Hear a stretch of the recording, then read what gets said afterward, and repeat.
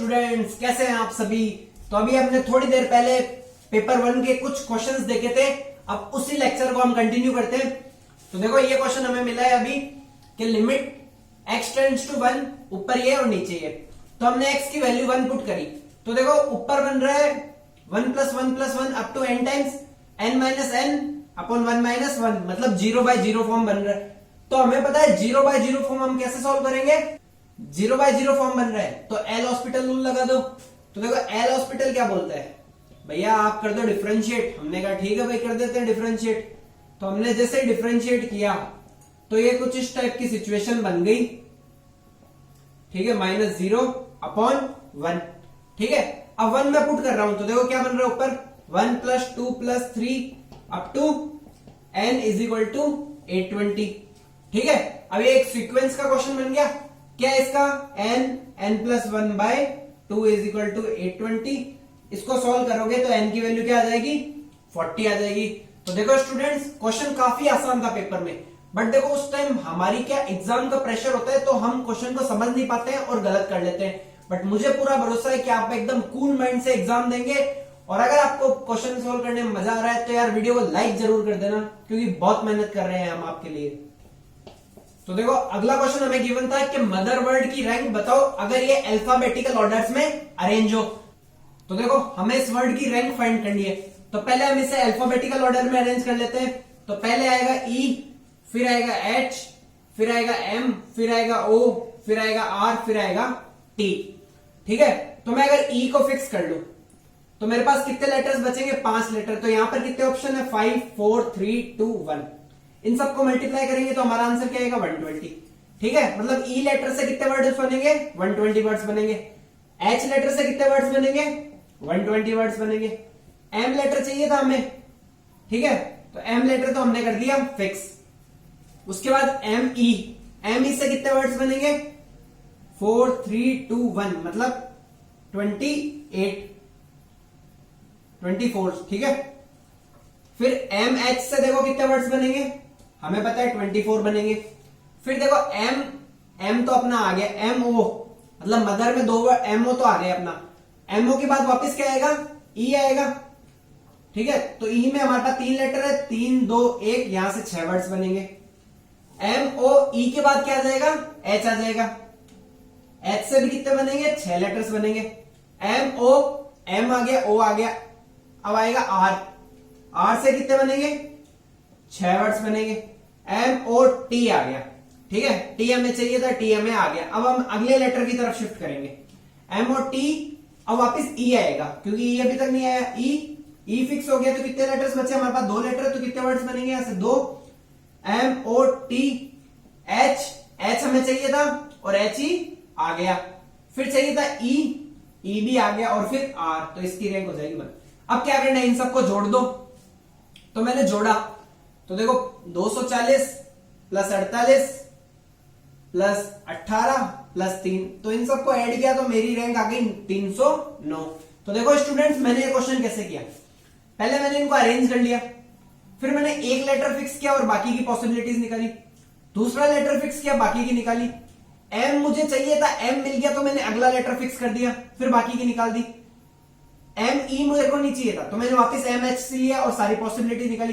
फिर मैंने MH के बाद के लिए MO लिया। अब MO मेरे को चाहिए था, इसलिए मैंने इस लेटर को भी फिक्स कर दिया और अगले लेटर को E लिया और सारी पॉसिबिलिटी निकाली। H लिया, सारी पॉसिबिलिटी निकाली। R लिया, सारी पॉसिबिलिटी निकाली। फिर T लिया, T हमें चाहिए था इसलिए मैं एक लेटर आगे शिफ्ट हो गया। फिर मैंने सारी पॉसिबिलिटी और फाइनली हमारा वर्ड आ गया। तो देखो स्टूडेंट्स, क्वेश्चन काफी आसान हो गए, बस धीरे धीरे आपको क्वेश्चन को सॉल्व करना है, आपका आंसर आ जाएगा। तो देखो नेक्स्ट क्वेश्चन क्या मैंने, if px be a polynomial of degree 3, ठीक है।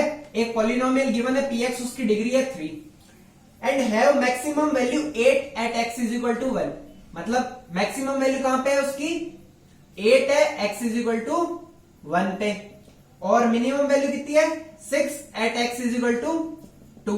ये तो मिनिमम हो गई, ये मैक्सिमम हो गई, ठीक है। तो हमें बोला है कि आपको P(0) की वैल्यू फाइंड करनी है। किसकी वैल्यू फाइंड करनी है, P(0) की वैल्यू फाइंड करनी है।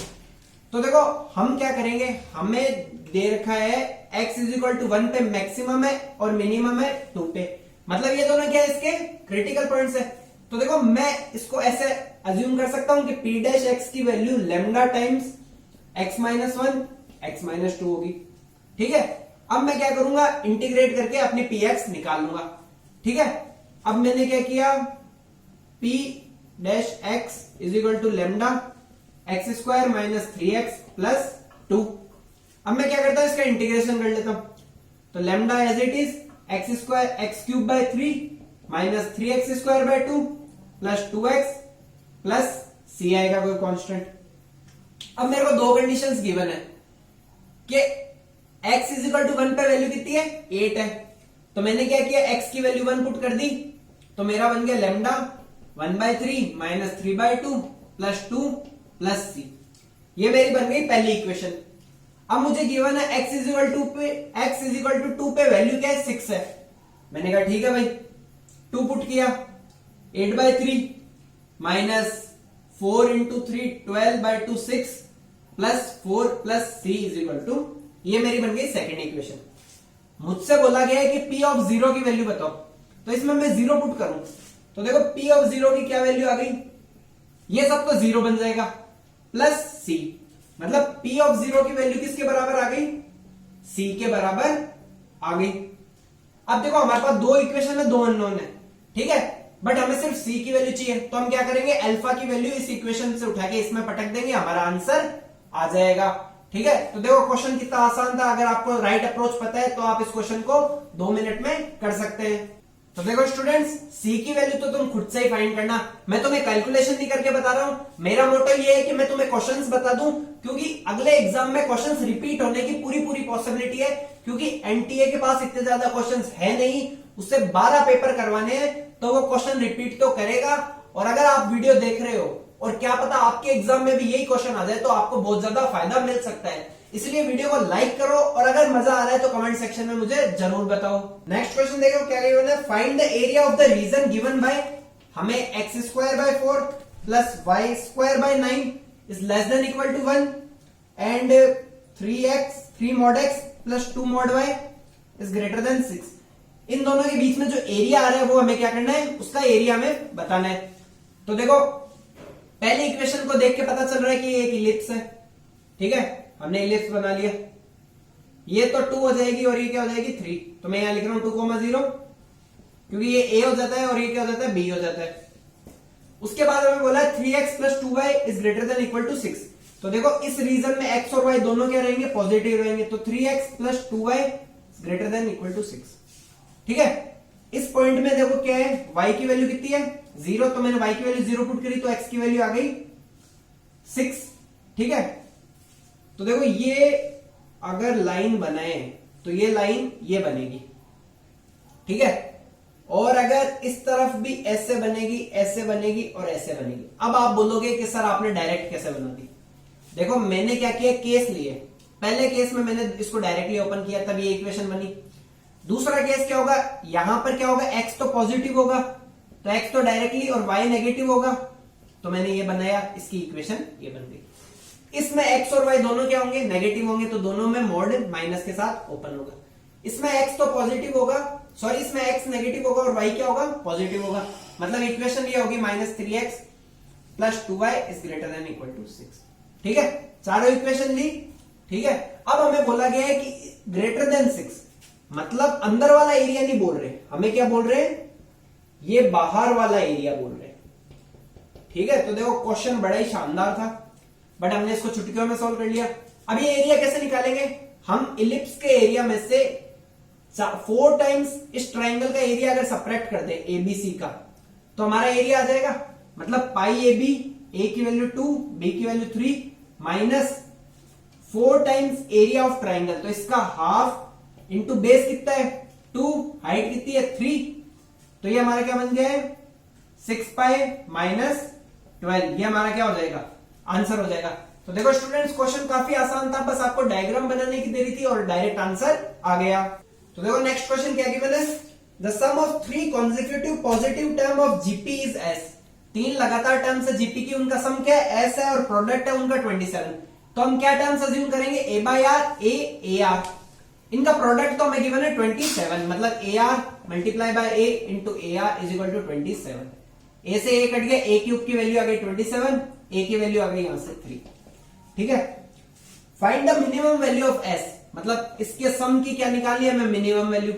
ए तो कॉमन ले लो, मतलब 1 by are plus 1 plus r की वैल्यू एस है, इसकी हमें मिनिमम वैल्यू निकालनी है। तो ए की वैल्यू तो मैं पुट कर देता हूं। अब हमारा क्वेश्चन कुछ इस टाइप का बन गया, इसकी मिनिमम वैल्यू निकालनी है। तो आप एक चीज नोटिस करो, ये कुछ इस टाइप की सिचुएशन बन रही है कि arithmetic mean is greater than equal to geometric mean. इन दोनों का ज्योमेट्रिक मीन क्या आएगा, 1 आएगा। 1 by are plus R by 2 is greater than equal to 1 by R into R. ठीक है, तो ये दोनों तो कट जाएंगे, 1 का अंडर रूट क्या हो जाएगा 1, मतलब 1 बाय आर प्लस आर की वैल्यू 2 या 2 से ज्यादा होगी। तो मिनिमम वैल्यू निकाल लिए, तो हम क्या करेंगे, इसकी वैल्यू 2 पुट कर देंगे। 3 2 plus 1 is equal to s. 3 2 plus 1 3 हो गया, तो एस की वैल्यू क्या आ जाएगी, 9 आ जाएगी। देखो स्टूडेंट्स, इस क्वेश्चन में काफी ज्यादा कंफ्यूजन है। कुछ बच्चे बोल रहे हैं कि इसमें रेंज पूछी थी, कुछ बच्चे बोल रहे हैं मिनिमम वैल्यू पूछी थी। तो देखो, अगर रेंज पूछी है तो ऑब्वियस सी बात है 9 से लेके इनफाइनाइट हो जाएगा। अगर बड़ा पूछे कि भाई इससे बड़ी रेंज बताओ, या अगर आपको मिनिमम वैल्यू पूछी है तो एस की वैल्यू 9 हो जाएगी। अभी तक देखो क्वेश्चंस कंफर्म नहीं हुए हैं, क्योंकि ये क्वेश्चंस हमें क्वेश्चन स्टूडेंट्स के द्वारा सेंड भेजे गए हैं, तो बच्चों को श्योरिटी नहीं है, क्योंकि उन्होंने एग्जाम दिया तो उन्हें सारे क्वेश्चन याद नहीं है। कुछ बच्चों को कुछ क्वेश्चंस याद है, उनकी हेल्प से ही हम क्वेश्चंस कर रहे हैं। इसलिए क्वेश्चन अप्रोच करने का तरीका यही होगा, थोड़ा सा इधर उधर वैल्यू हो सकती है, बट मैंने कोशिश करी है कि मैं आपको एक्यूरेट क्वेश्चन ही दूं। ठीक है, तो अगला क्वेश्चन गिवन है सम ऑफ द सीरीज, ये हमें सीरीज दे दी। तो देखो students, x plus y x square plus x y plus Y square x cube plus y y something something and all. ठीक है, अब पहली बार जब मैंने ये क्वेश्चन देखा तो मैं खुद शॉक में पड़ गया। मैंने कहा यार ये क्वेश्चन कैसे सोल्व होगा, ना कोई जीपी बन रही है, एपी बन रही है, समझ में ही नहीं आया। ठीक है, फिर मैंने थोड़ा सा गौर लगाया और मैंने देखा कि अगर इस इक्वेशन को मैं अगर x माइनस वाई से मल्टीप्लाई कर दूं तो एक जादू हो जाएगा। क्या हो जाएगा, एक जादू हो जाएगा, और ये क्वेश्चन बड़ा ही आसानी में कन्वर्ट हो जाएगा। क्यों कन्वर्ट होगा, एक बार करके देखते हैं। x plus y x minus y plus x square plus x y plus Y square into x minus y and so on. ठीक है, अपन दो टर्म्स को एनालिसिस कर लेते हैं।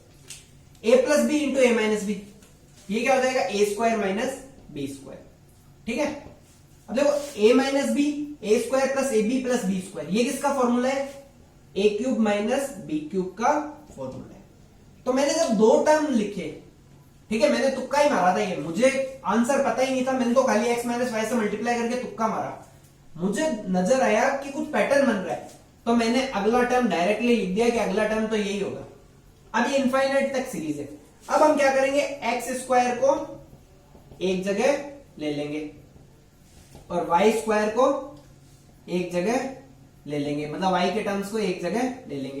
ठीक है, इनफाइनाइट जीपी बन गई, a 1 minus r plus a 1 minus r, इसका आर एक्स था, इसका आर वाई था। अब मुझे एक बात बताओ, एक्स माइनस वाई से अपन ने मल्टीप्लाई तो किया है, बट अपनी मर्जी से तो अपन मल्टीप्लाई कर नहीं सकते, मतलब 1 अपॉन एक्स माइनस वाई से डिवाइड भी करना पड़ेगा, मतलब एक्स माइनस वाई यहां पर भी आएगा। तो देखो स्टूडेंट्स, अब आपको कैलकुलेशन करनी है, सिर्फ कैलकुलेशन करोगे आपका आंसर आ जाएगा। यह क्वेश्चन बढ़िया क्वेश्चन में काउंट होता है, क्योंकि हर स्टूडेंट को ये अप्रोच नहीं समझ में आती। आपने अगर क्वेश्चंस करें काफी ज्यादा, तभी आपको ये क्लिक करेगा कि यार एक्स माइनस वाई से मल्टीप्लाई कर दूं तो कुछ पैटर्न बनेगा। तो अगर आप आगे पेपर देने वाले हो तो आप भी कुछ मल्टीप्लाई करके देखना कि कोई पैटर्न तो नहीं बन रहा है, क्योंकि बहुत ज्यादा पॉसिबिलिटी है कि कुछ ना कुछ पैटर्न तो बनेगा। अगर क्वेश्चन बने तो उसका सॉल्यूशन तो होगा ही होगा। तो आप किसी चीज से मल्टीप्लाई करके देखना, आपका एक पैटर्न बन जाएगा। तो पैटर्न बनते ही तो क्वेश्चन बहुत ज्यादा आसानी से हो जाएगा। और देखो कैलकुलेशन पार्ट तो आएगा ही आएगा। मैंने स्टूडेंट से बात करी है, उन्होंने मुझे कहा कि जो जेईई में जनवरी का जिन्होंने एग्जाम दिया है, सेम एग्जाम सितंबर वाला है, मतलब लेवल कोई हार्ड नहीं है। अभी तक मुझे एक भी बच्चे ने ये नहीं बोला कि पेपर हमारा हार्ड है। Paper less than equal to जनवरी वाले के पेपर है, मतलब सितंबर का पेपर है वो, उसका लेवल आसान ही है। जनवरी का कंपैरिजन में टफ था, कुछ बच्चों के अकॉर्डिंग जनवरी का टफ था, कुछ बच्चों के अकॉर्डिंग बराबर है। बट किसी ने भी मुझे अभी तक ये नहीं बोला कि सितंबर का पेपर टफ आया है, इसलिए आप चिल रहो, पेपर आसान ही आने वाला है। नेक्स्ट क्वेश्चन देखो क्या गिवन है, if 3x plus 4y is equal to k, 3x plus 4y की वैल्यू किसके बराबर गिवन है, k is the tangent to the circle, एक सर्कल है, ठीक है, उसके टेंजेंट है ये लाइन, ठीक है। Then the number of value of integral value of k, तो देखो सर्कल की इक्वेशन हमें ये गिवन है -4y plus 4 is equal to 0। तो देखो ये बहुत ही आसान क्वेश्चन है, मतलब यार उन्होंने बोल दिया कि ये एक टेंजेंट है, ठीक है, पास हो रही है, तो हमें पता है कि सर्कल का पहले तो हम सेंटर निकाल लेंगे, वहां से हम अगर क्या करेंगे परपेंडिकुलर डालेंगे, तो वो क्या होना चाहिए, इस लाइन पे लाई करना चाहिए, ठीक है। तो वो देखो हमें डालना आता है, कैसे डालेंगे, पहले तो रेडियस निकाल लेते हैं, इसकी रेडियस क्या आएगी, G square plus F square minus C, तो ये आ जाएगी 1, ठीक है। अब मैं पुट करता हूं, देखो इस पे रेडियस परपेंडिकुलर किसके बराबर हो जाएगा, रेडियस के बराबर हो जाएगा, 3 प्लस 4 माइनस के अपॉन ए स्क्वायर प्लस बी स्क्वायर, तो ये हो जाएगा 5 बराबर 1, तो 7 माइनस के का मोड इज इक्वल टू 5। अब आपको पता है मोड दो तरीके से ओपन होगा, यहां से के की दो वैल्यूज आएगी, वो चेक कर लेना, आपका आंसर आ जाएगा। तो देखो स्टूडेंट्स, अगर आपको वीडियो पसंद आई तो वीडियो को लाइक कर दो, अगर आप चैनल पे नए हैं तो चैनल को सब्सक्राइब करो, और अगर आपको पढ़ने में मजा आ रहा है तो मुझे कमेंट सेक्शन में जरूर बताओ। और हम केमिस्ट्री का लेक्चर भी आपके लिए अपलोड कर देंगे थोड़ी देर में, और आने वाले पेपर्स का मतलब जेईई मेन जो सेकंड शिफ्ट का एग्जाम हुआ था उसके क्वेश्चंस भी हम जल्दी से जल्दी अपलोड करने की कोशिश करेंगे। Thank you.